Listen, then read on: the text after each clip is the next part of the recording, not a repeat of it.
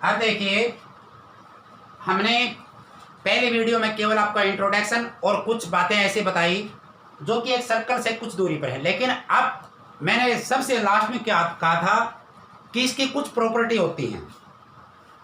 जब तक हम 10th चैप्टर अगर स्टार्ट करें तो सबसे पहले ये सर्कल के बारे में 10 चीज़ें याद करनी अच्छी बात है। ये 10 पॉइंट्स जो मैंने लिखे हैं ये आपको आने चाहिए कि ये चीज़ क्या होती है कि सर्कल के अंदर क्या क्या चीज़ें हैं। जो मुख्य बातें हैं वो इसमें सर्कल में 10 चीज़ें आती हैं। सो आपको सिर्फ याद करना है, मैं आपको याद कराने की कोशिश करूँगा। देखिए, ये आपका एक सर्कल है, आप सभी को पता है, इंट्रोडक्शन में हमने बता दिया और पिछले क्लास में हमने पढ़ा हुआ, जिसका ये सेंटर पॉइंट है O। यही आपका सर्कल है जो हमने इंट्रोडक्शन में आपको पहले इसके बारे में हम बात कर चुके हैं। सो आप सेकंड पॉइंट लेते हैं, कांस्टेंट पॉइंट।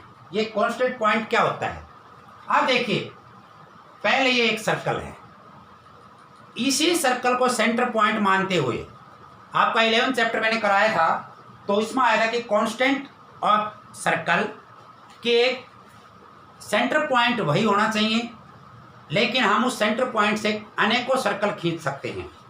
जैसे सेंटर पॉइंट ये था जिसका रेडियस मान ले 3 सेंटीमीटर है, 4 सेंटीमीटर, इसका रेडियस कुछ और है और सेंटर पॉइंट वही हो।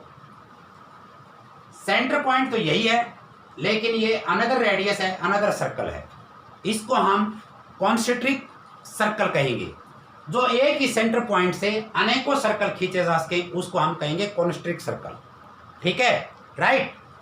अब देख 3 पर लेते हैं, arc of the circle. Arc क्या होती है? सर्कल की आर्क क्या होती है? आप ये देखिए, कोई सर्कल है, इसकी आर्क क्या होती है?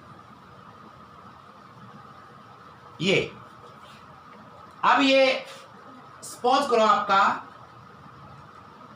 ये कोई है, पॉइंट है ए और बी, आपकी ये क्या है?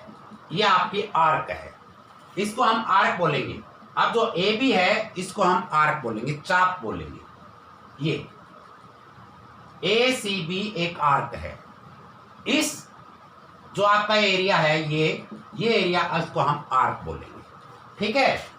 अब है थ्रोड ऑफ द सर्कल, जो यहां से इसको इंटरसेक्ट करता है, ये इसको हम थ्रोड बोलेंगे।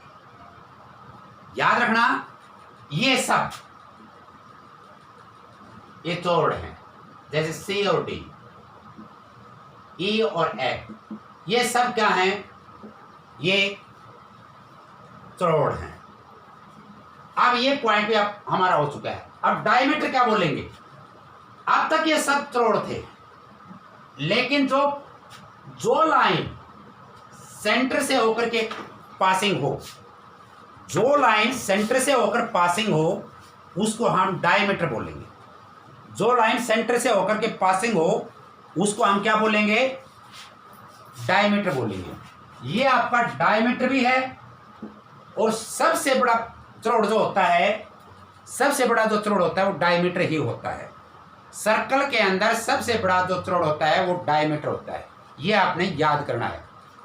मैं फिर याद कराता हूं, ये एक बार फिर देख लें, ये डायमीटर है। Segment of the circle, circle का सेगमेंट क्या होता है? अब ये जो सेगमेंट होता है सर्कल के, जो लाइनें होती हैं वो क्या होती हैं?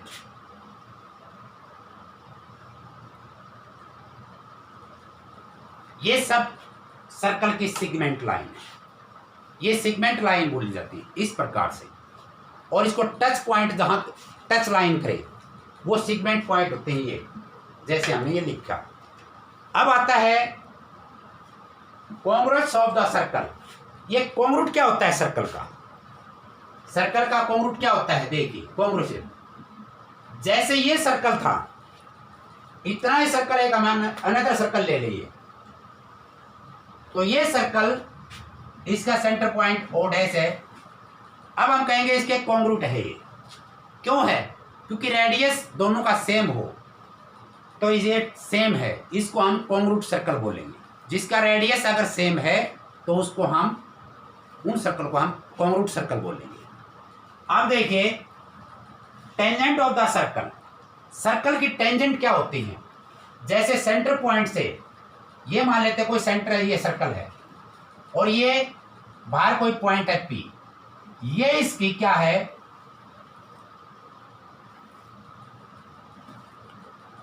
जैसे ये इस पॉइंट से, और ये आपका रेडियस है, ये रेडियस है और ये सेगमेंट लाइन है, ये सेगमेंट लाइन है, इसको कहेंगे सेगमेंट लाइन, इसको कहेंगे रेडियस और इसको कहेंगे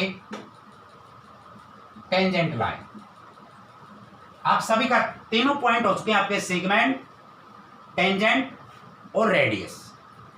अब मैंने आपको पहले भी बताया था एक क्वेश्चन में कि हमेशा ही टेंजेंट लाइन और रेडियस के बीच में जो एंगल बनेगा वो क्या होता है, वो हमेशा 90 डिग्री का एंगल होगा, वो हमेशा परपेंडिकुलर होता है। हमेशा रेडियस जो होता है, ये याद रखना, रेडियस जो होता है टेंजेंट लाइन पर परपेंडिकुलर होता है। हमेशा रेडियस टेंजेंट लाइन पर परपेंडिकुलर होता है, तो ये 90 डिग्री होगा। अब है पॉइंट ऑफ द कांस्टेंट। अब कांस्टेंट पॉइंट क्या है, जैसे ये पॉइंट ए है, इसी प्रकार एक पॉइंट बी लेते हैं तो ये इसके कांस्टेंट होगा, ये इसके इक्वल होंगे क्योंकि दोनों का सेम रेडियस है, ये कांस्टेंट पॉइंट है इस प्रकार से। और एक खास बात और इसमें एक बात और आती है कि किसी भी पॉइंट से अगर एक पॉइंट से दो टेंजेंट लाइन खींची जाती हैं, एक पॉइंट से मोर देन 2 टेंजेंट लाइंस, और दोनों टेंजेंट लाइन सेम होती हैं क्योंकि उनका रेडियस सेम होता है, उनके दोनों के बीच में जो एंगल बनता है वो 90 डिग्री का एंगल बनता है। तो उस पॉइंट से जब 2 टेंजेंट लाइन खींची जाती हैं तो उनका डिस्टेंस भी होता है, वो उसकी लेंथ जो होती है वो सेम होती है क्योंकि उनका जो लाइन ऑफ सेगमेंट जो है वो उनका सेम है, एक ही है। उनका जो डिस्टेंस है, जैसे सेंटर पॉइंट O से P पॉइंट तक है तो उनका सेंटर पॉइंट जो डिस्टेंस है वो सेम है। इस प्रकार से हम, क्योंकि ये हम जब प्रूव करेंगे तो उसमें बहुत काम आएंगी। अब देखिए रेडियस जिसका सेम हो, एक पॉइंट से अगर 2 टेंजेंट लाइन ही खींची जा सकती हैं और दोनों लाइनें क्या होती हैं, इक्वल होती हैं क्योंकि उनके बीच में 90 डिग्री का एंगल होता है, ये 90 ये 90। अब जो डिस्टेंस होता है वो सेम होता है, तो कॉन्ग्रुएंट के लिए क्या होते हैं, जब 2 ट्रायंगल होते हैं, क्योंकि एक ट्रायंगल आपकी ये बन जाती है और एक ट्रायंगल आपकी ये बन जाती है, तो हमें पता है कि 2 ट्रायंगल में अगर 2 साइड और एक एंगल इक्वल हो तो वो कॉन्ग्रुएंट होती हैं। ये आपको रूल करवाया था मैंने।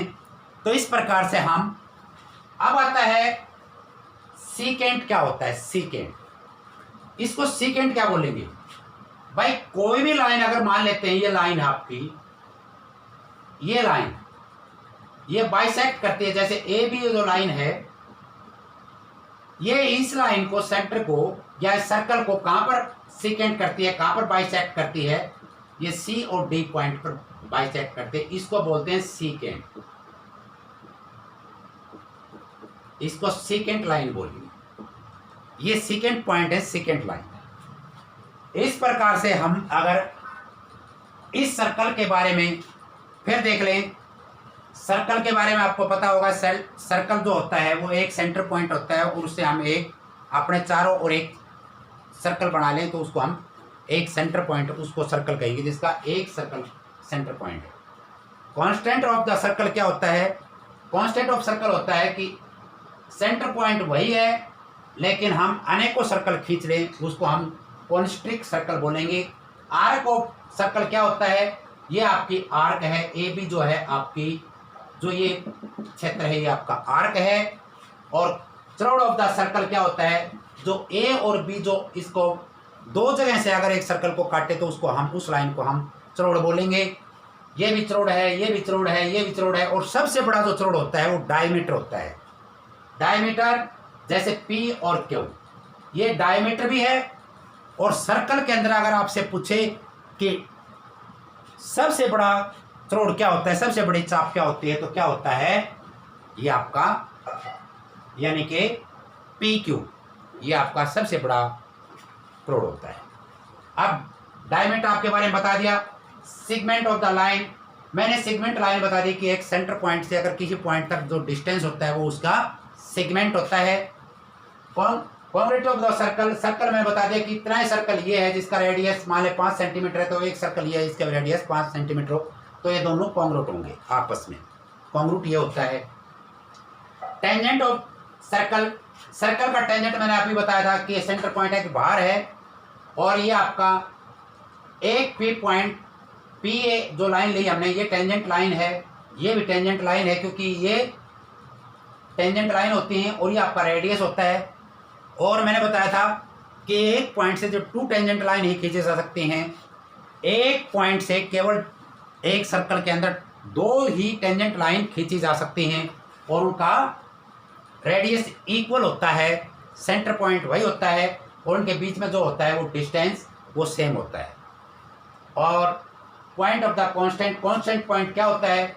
ये कांस्टेंट पॉइंट मैंने आपको बता दिया था कि कांस्टेंट पॉइंट जो सभी का सेम हो, जैसे ये सेम है, रेडियस है, ये भी सेम रेडियस है, ये भी रेडियस है, सभी जो सर्कल के अंदर जो पॉइंट आएंगे वो सभी इक्वल आएंगे क्योंकि वो सभी रेडियस होते हैं, कांस्टेंट पॉइंट होते हैं। और सेकेंट क्या होता है? सेकेंट मैंने अभी बताया था, जैसे मान लें कोई ये लाइन है ए बी, और ये सर्कल के अंदर से गुजरती है, तो इस सर्कल को 2 तरह से बाइसेक्ट करेगी, सी और डी पॉइंट पर करेगी, तो इस सी और डी पॉइंट के बीच में जो होता है वो सेकेंट लाइन है, सेकेंट पॉइंट है। ये आपको इस एक्सरसाइज के बारे में आपको पता चल गया होगा।